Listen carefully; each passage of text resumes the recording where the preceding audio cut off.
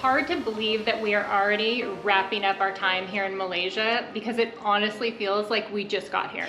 Yeah, Penang seems like a long time ago, yet it really doesn't. It just went by so fast. It did. We've really enjoyed our time. We've loved our condo here. It offers us so many different amenities. So we're gonna give you a little bit more of a complete condo tour before we head out and share all of our other costs with you. Now, the only costs that we are going to break down separately in this video will be the rent, that what we paid in Penang and what we paid in Kuala Lumpur. Now, we spent 2 nights in Penang and we spent 28 days in Kuala Lumpur. Now, all of our costs are as a couple. So if you are a single traveler, you'll have to do the math yourself, but this is as a couple. So one thing that lacks when you are in Southeast Asia is to get a kitchen that actually has some space where you can cook, or maybe even a full-size fridge. And here we have both. So we actually have a really nice big full-size fridge. Brian can keep his beers nice and cold when he buys them. And we do have a full kitchen. We just have the cooktop here, and then we do have a microwave as well. So that has been enough for us. Oh, and the hot pot. You don't get a coffee pot in Southeast Asia, but you do get a hot pot. The other thing that is a necessity for us is we have a wash machine, and it's kind of nice because it's outside on a deck. Okay, so let's see the rest of the apartment. One of the things that was a huge draw for us when we found this place was the view that we have. So you'll kind of see that as we're walking through. We have the huge table, so I can sit and do editing. Brian likes to do any kind of his work at the couch. This is the first place where we have actually had a full-size couch. So we're able to nap on this couch, or Brian likes to nap on this couch. So it's been really nice to watch our Netflix, good size TV. Now the view is probably the draw-in point for us.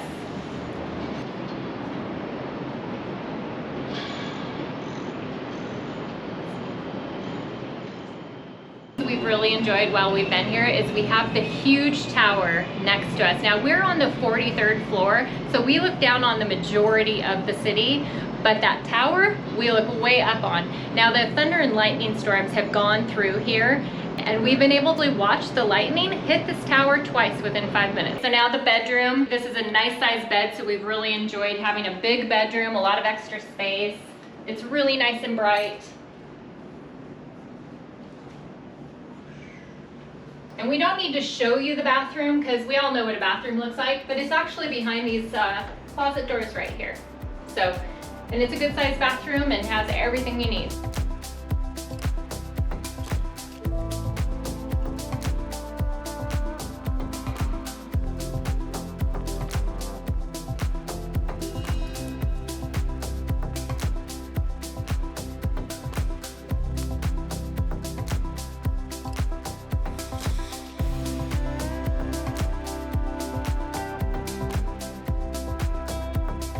Now the pool area was probably one of the bigger draws for us. It is a great pool. It's been cooler than some of our other pools, which is actually a nice thing because some are like too warm and they're not refreshing. Brian likes them a lot more refreshing than I do.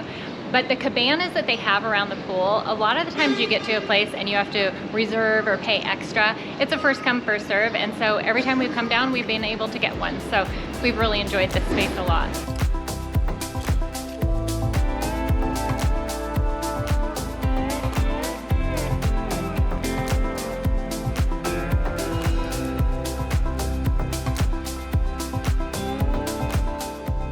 There's quite a few different activities that you can do. There's a little putt-putt golfing green here.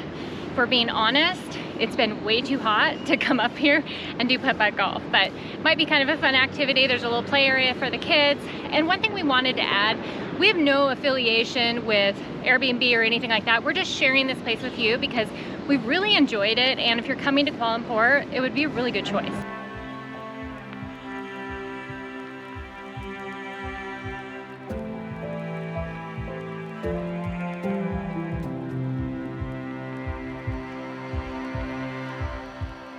The other thing it does have is a gym, which has been really nice. It overlooks the pool and really quite a bit of workout equipment in it to choose from. Now this condo is located in the Bukit Bintang area, and that is a really nice central area to locate yourself when you are in Kuala Lumpur. Now while we were in Penang, we just stayed in a hotel for 2 nights. And there's kind of a little story to that. We were originally supposed to be there for 30 days. We're gonna share that full story with you in an upcoming video.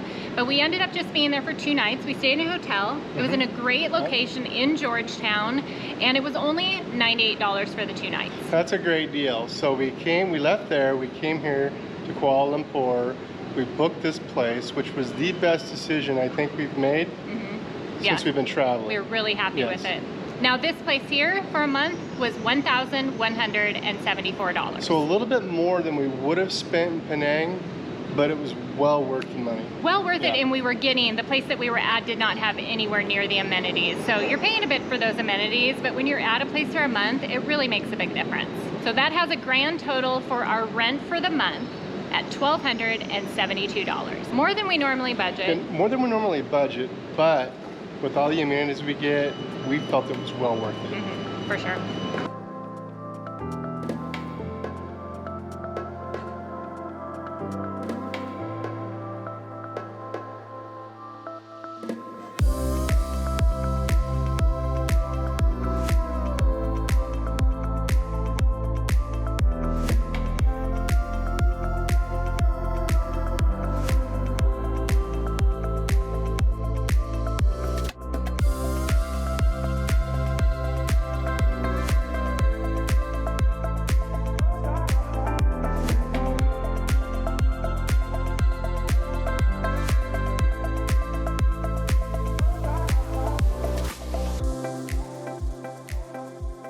Now to our entertainment budget.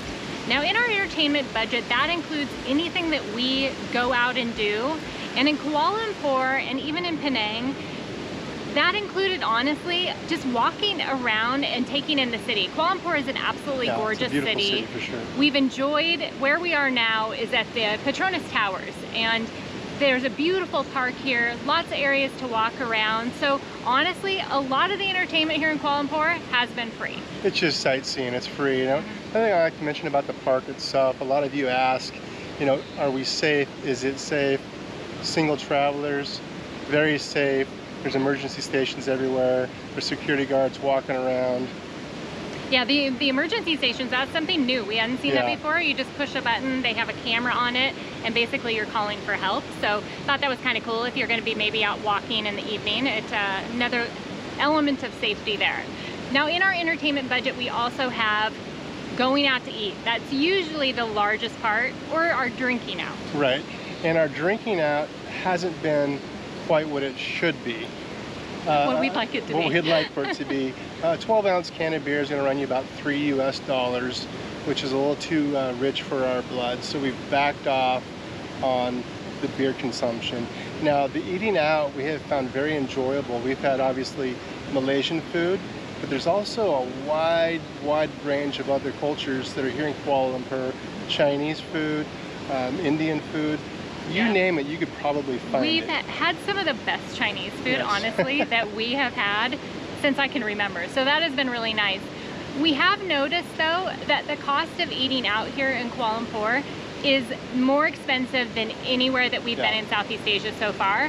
So we haven't been doing as much of that. Now there is a food street that is well known here that is near where we are staying. So that's been really nice, and pretty much the only place that we've gone to eat out at like a street night market.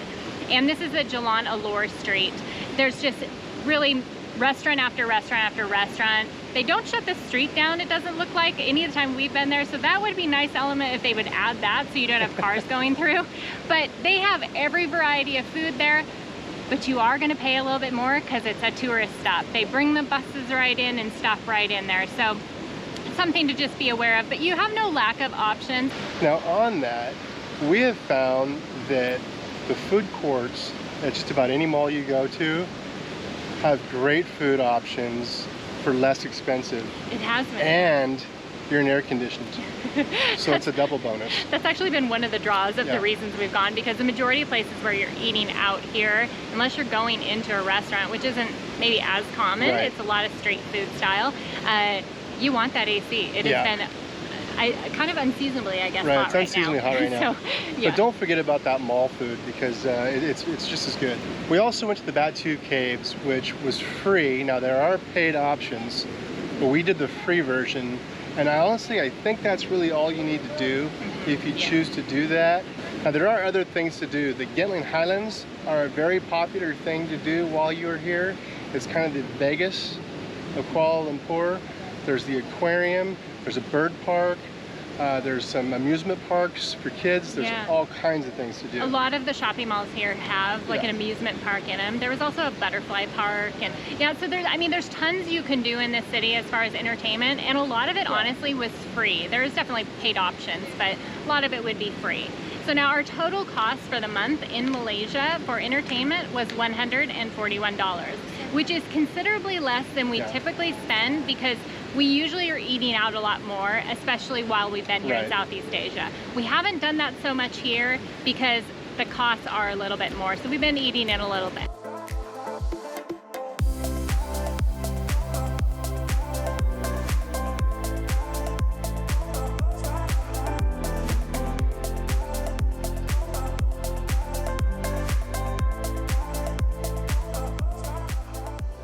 Okay, transportation, it's always a big one.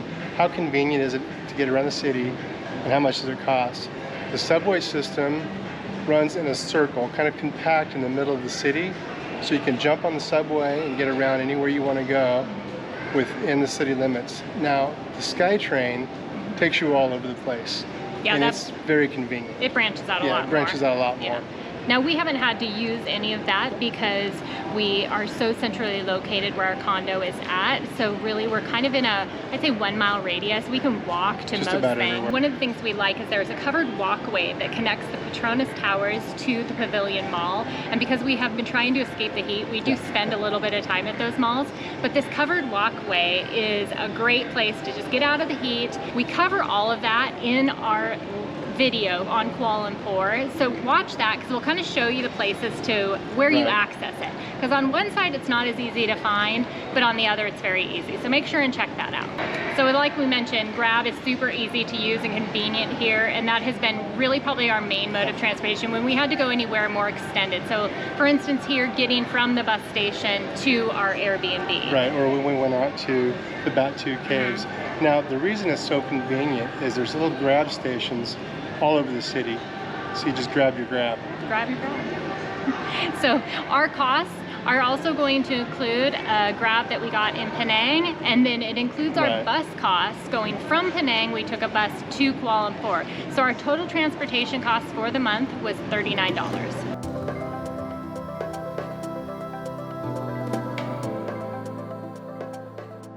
One cost that can vary for us very much based on kind of where we're at, but also how far we're into our travels, is our miscellaneous costs, and do we need anything? Right, now I needed something badly. I got a new pair of shoes here in Kuala Lumpur, and I paid $140 for them. Now, that might seem like a lot, but I really only carry one pair of shoes with me the entire year. Right. So these are them. They're gonna last me a while. And the cost of these shoes is about equivalent to what I would have paid in the United States. So now in Kuala Lumpur, one really nice thing is there are, so far, the ones we've been to, 3 really nice, big shopping malls. And so if there's anything that you need, you're gonna find it here. Like Brian was saying, one of the things we have noticed is the pricing is similar to maybe, if not, sometimes a little bit more than what we do see in the States. So it's not like we're doing all of our shopping here so that we don't have to shop at home.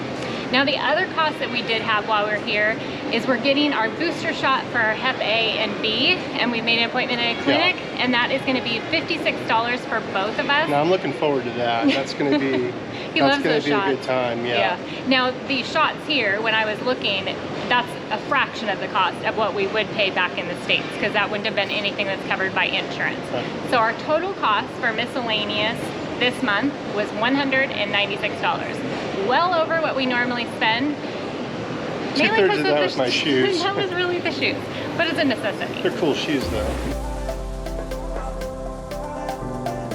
Now, during our time in Southeast Asia, most of our grocery shopping has taken place at convenience stores.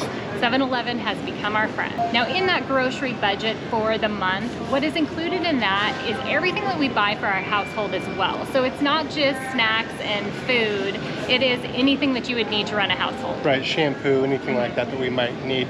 Now, we do have 3 fantastic convenience stores right below our Airbnb, but we stumbled across a really nice grocery store, which we haven't been around for quite a while. Yeah.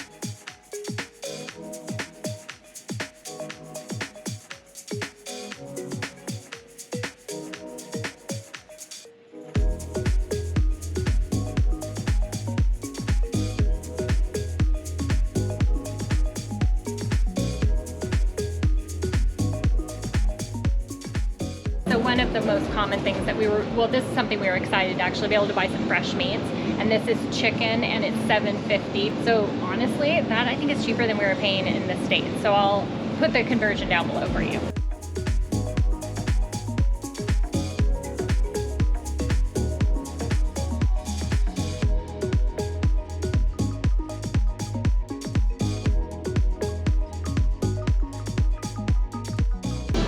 And then 1 liter of milk is $8.90.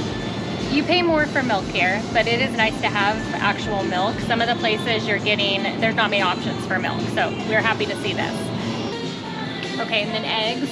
These are, you get 10 here, you don't get a dozen, but it's $7.60 for that, and so cheaper than the States, that is for sure right now.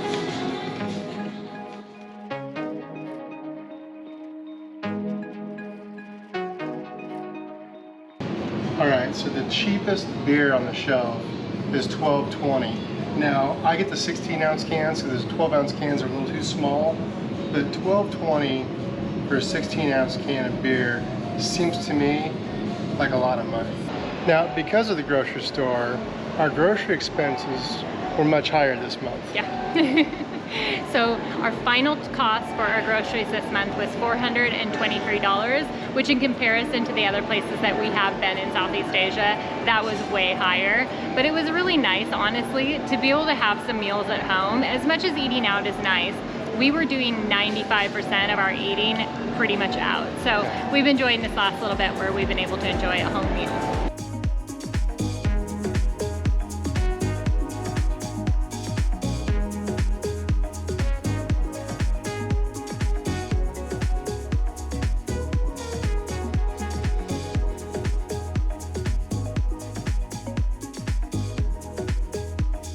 Another expense we have is our phone data plan.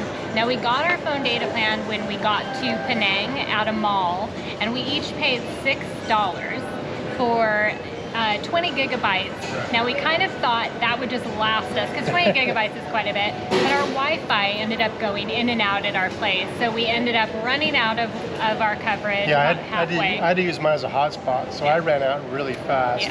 Yeah, same here. So I ended up upping mine and just topped it off to get us some data. We didn't really need it on both of our phones. It's really just for those occasional times that we needed something. And that was an additional $4. So the total cost for data for an entire month was $16 for both of us.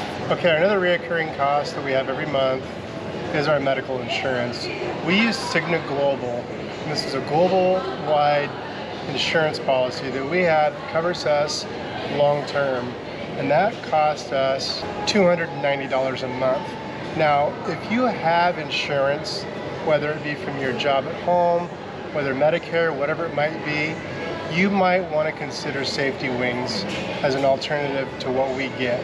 Right, ours is a full plan, so if you do want to maybe just have travel insurance, you don't need to have a full plan to go travel if you have service at home.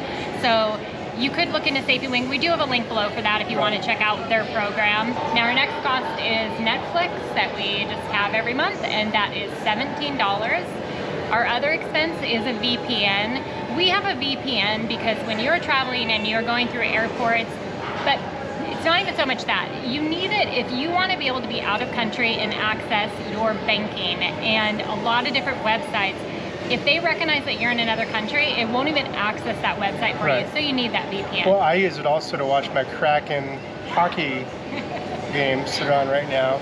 And so you cannot access those things unless you have a VPN as well. Right. So the one that we use, once again, the link is down below if you just want to check it out. And we only paid $2.40 a month for that, so it's super affordable. So our final cost for our entire month here in Malaysia was $2,396.40. And the per person cost is $1,198.20.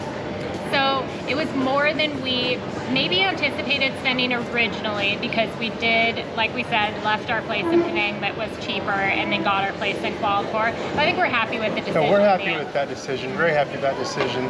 Now, we walked all over the city today to shoot this video. And for those of you that are wondering, my new shoes are fast. I'm fast in these shoes. Carrie actually had to tell me to slow down at one point, so that was money well spent. A lot of pep in the step, yeah, money well spent. So on that breaking it down per person budget, that does include Brian's shoes in there, Yeah. so his side is a little heavier, honestly. Make sure and subscribe. Thumbs up if you like this video, and we'll catch you next time. Cheers. Cheers.